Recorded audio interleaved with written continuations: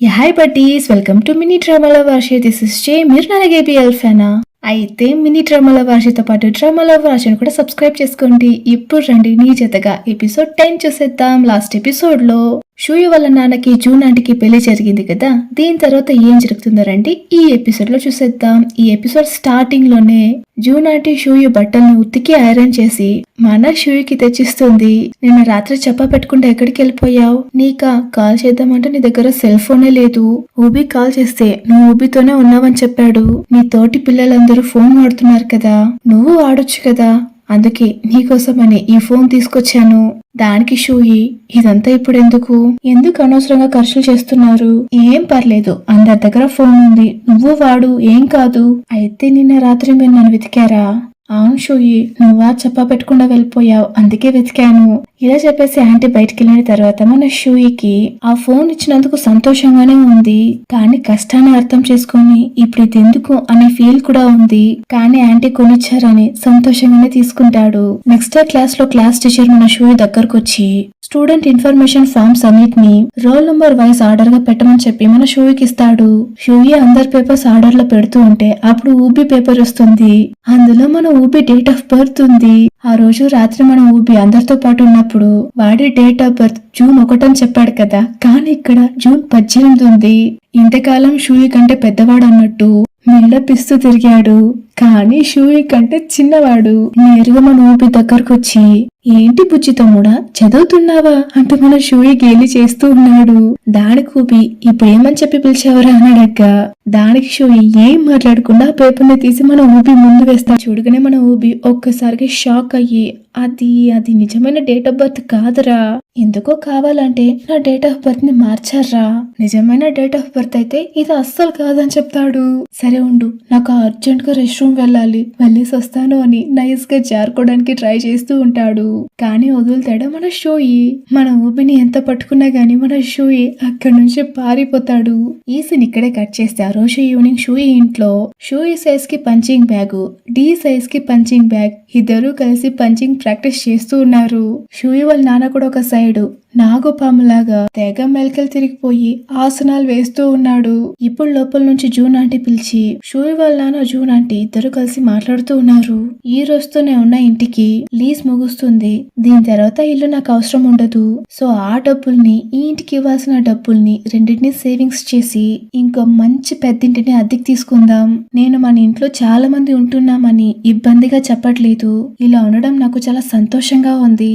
కానీ మన ఇద్దరు బిడ్డలు ఎదుగుతున్నారు కదా. మన షూయి టీనేజ్ కొచ్చాడు. ఈ ఏజ్ లో వాడు కొంచెం ప్రైవసీ కావాల్సి వస్తుంది. వాడికంటూ ఒక సపరేట్ రూమ్ ఉంటే చాలా బాగుంటుంది. డి గురించి చెప్పాలంటే డి చాలా అల్లరి పిల్ల. ఇంకా ఎంతకాలం అని మన మధ్యనే పడుకోబెట్టుకుంటాం, తనకు కూడా సపరేట్ గా రూమ్ కావాల్సి వస్తుంది. సో ఇందుకే చెప్తున్నాను, మనం ఒక మంచి ఇంటిని అద్దెకి తీసుకుందాం.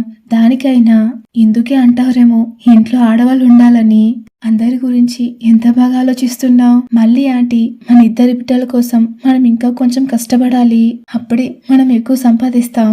దానికి షూయి వాళ్ళ నాన్న, నేను నైట్ టైమ్స్ లో ఇంకో పార్ట్ టైం జాబ్ కి వెళ్ళాలనుకుంటున్నాను. ఇలా ఇద్దరు చాలా సంతోషంగా వాళ్ళ కుటుంబం గురించి వాళ్ళ బాధ్యతల గురించి మాట్లాడుకుంటూ ఉంటే బయట మన షూయి వీళ్ళిద్దరు ఇలా మాట్లాడుకోవడం వింటూ ఉన్నాడు. నెక్స్ట్ డే స్కూల్ అంతా అయిపోయాక మన షూయి బయటకు వస్తూ ఉంటే షూయి వాళ్ళమ్మ షూయి కోసం వెయిట్ చేస్తూ ఉంది. కానీ మన షూయి వాళ్ళమ్మని చూసి చూడనట్టు వెళ్ళిపోతూ ఉన్నాడు.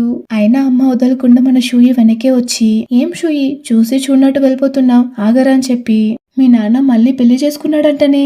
దానికి షూయి చాలా కోపంగా, అవును ఇప్పుడు దానికేంటి, మీ నాన్న పెళ్లి చేసుకుంటే మాత్రం యాక్సెప్ట్ చేస్తావు, కానీ నేను పెళ్లి చేసుకుంటే యాక్సెప్ట్ చేయలేవా? దానికి షూయి చాలా చిరాగ్గా, నేను ఈ పెళ్లిని యాక్సెప్ట్ చేయలేదని చెప్పలేదే, రిజెక్ట్ చేయలేదు, దానికి నువ్వు సంతోషించాలని చెప్తాడు.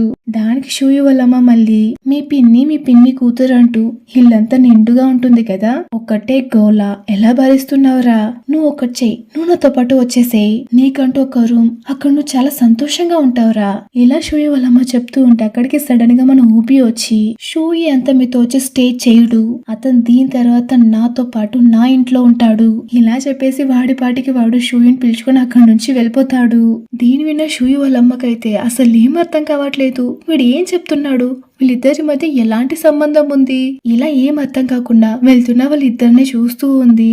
ఇప్పుడు షూయి ఊబిని చూసి, ఇప్పుడు ఎందుకురా నువ్వు అలా చెప్పావు? దానికి ఊబి, నేనేం మురికే చెప్పలేదే, నేను నిజమే చెప్తున్నాను. మీ ఇంటి వెనక ఒక రూమ్ ఉంది కదా, ఆ రూమ్ లోనే నేను రెంట్కుంటున్నాను. ఆ ఇంట్లో 2 రూమ్లు ఉన్నాయి. ఒక రూమ్ లో నువ్వు ఉండు, ఒక రూమ్ లో నేను ఉంటాను. దానికి షూయి, నువ్వెందుకురా అలాంటి ఎక్స్పెన్సివ్ రూమ్ ను వదులుకుని ఇక్కడికి వచ్చి స్టే చేస్తున్నావు? దానికి ఊబి, నేను దీనికంటే ఇంకా చిన్న రూమ్ లోనే ఉన్నానురా, సో ఇదేం నాకు అంత ప్రాబ్లం కాదు. దానికి షూయి, ఇంతకు ముందు ఇలాంటి రూమ్ లో నేను రెంట్కుండి నన్ను మోసం చేయడానికి ట్రై చేసావు. ఈసారి ఏం ప్లాన్ చేసావు ఏంటి నడగ్గా? దానికి ఊబి, ఈసారా మీ ఇంటి పక్కనే ఉండొచ్చు, అప్పుడప్పుడు ఫ్రీ మీల్స్ దొరుకుతుంది, వంట చేసే బాధ తప్పుద్ది, అలానే రెంట్ కట్టినట్టుంటుంది, ఫ్రీగా ఫుడ్ దొరికినట్టుంటుంది. దానికి షూయి, ఏం పర్లేదు, నువ్వు ఫ్రీగానే వచ్చి తినొచ్చు అని చెప్తాడు. దానికి ఊబి, అలా ఎలా వచ్చి తినేస్తానురా ఫ్రీగా, కొత్తగా మీ నాన్నకు పెళ్ళయ్యింది, కొత్త వైఫ్ తో పాటు ఒక కూతురుంది, సో రోజు ఫ్రీగా తినలేం కదా, సో ఫ్యామిలీని మెయింటైన్ చేయడం చాలా కష్టం కదా అని చెప్తాడు. దానికి షూయి, ఏరా మా నాన్న జూన్ ఆంటీని పెళ్లి చేసుకున్నారు, దానికి నీకు ఏం సంబంధం రా, నా ఫ్యామిలీ గురించి ఎందుకు నువ్వు ఆలోచిస్తున్నావు, ఇది నా ఫ్యామిలీ మ్యాటర్ రా అని చెప్తాడు. దానికి ఊబి, ఏరా నిన్న నైట్ నన్ను అన్నా అంటూ వచ్చి హక్ చేసుకుని మరీ ఏడ్చావు. దానికి షూయి కోపంగా ఊబిని తోసేసి ముందుకు నడిచి వెళ్ళిపోతూ ఉన్నాడు. కావాలనే ఇప్పుడు ఊబి అన్నా అన్నా అంటూ షూయిని పిలుస్తూ వెనకే వెళ్తూ ఉన్నాడు. ఈ సీన్ ఇక్కడే కట్ చేస్తే ఇప్పుడు మన షూయి ఊబిలు షూయి థింగ్స్ అన్నిటిని పక్కింటికి మారుస్తున్నారు. ఇలా థింగ్స్ అని మారుస్తూ ఉంటే షూయి థింగ్స్ లో ఒక అబ్బాయి స్టాచ్యూ ఉంది, దాన్ని తీసుకొని చూస్తూ ఉంది. దాన్ని చూసి, నాన్న ఇది షూయి థింగ్స్, ఇది షూయికి చాలా ఇష్టం, నువ్వంతా తాకకూడదు, తీసుకెళ్లి పెట్టే అని చెప్తాడు. షూయి వాళ్ళ నాన్నకు ఈ స్టాచ్యూని చూస్తూ ఉంటే ఎక్కడో చూసినట్టుంది. ఎక్కడ్రా అని ఆలోచిస్తూ ఉంటే సడన్ గా జూన్ ఆంటీ పిలిచేసరికి ఆ విషయాన్ని అలానే పక్కన పెట్టేసి అక్కడి నుంచి వెళ్ళిపోతాడు. ఈ సీన్ ఇక్కడే కట్ చేస్తే next day morning June aunty వీళ్ళిద్దరిని బ్రేక్ఫాస్ట్ రెడీ తినడానికి రండి అని పిలవగానే వీళ్ళిద్దరు బ్రూస్లీ జాకీ చాన్ లాగా ఆ గోడ నుంచి గోడ దూకు వస్తూ ఉన్నారు.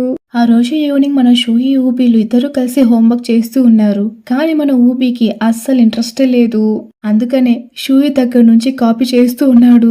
దాన్ని మన షూయి చూసి ఆ పేపర్ ని అలానే చించి నువ్వే సొంతంగా రాయరా అని చెప్పి అక్కడి నుంచి వెళ్ళిపోతాడు.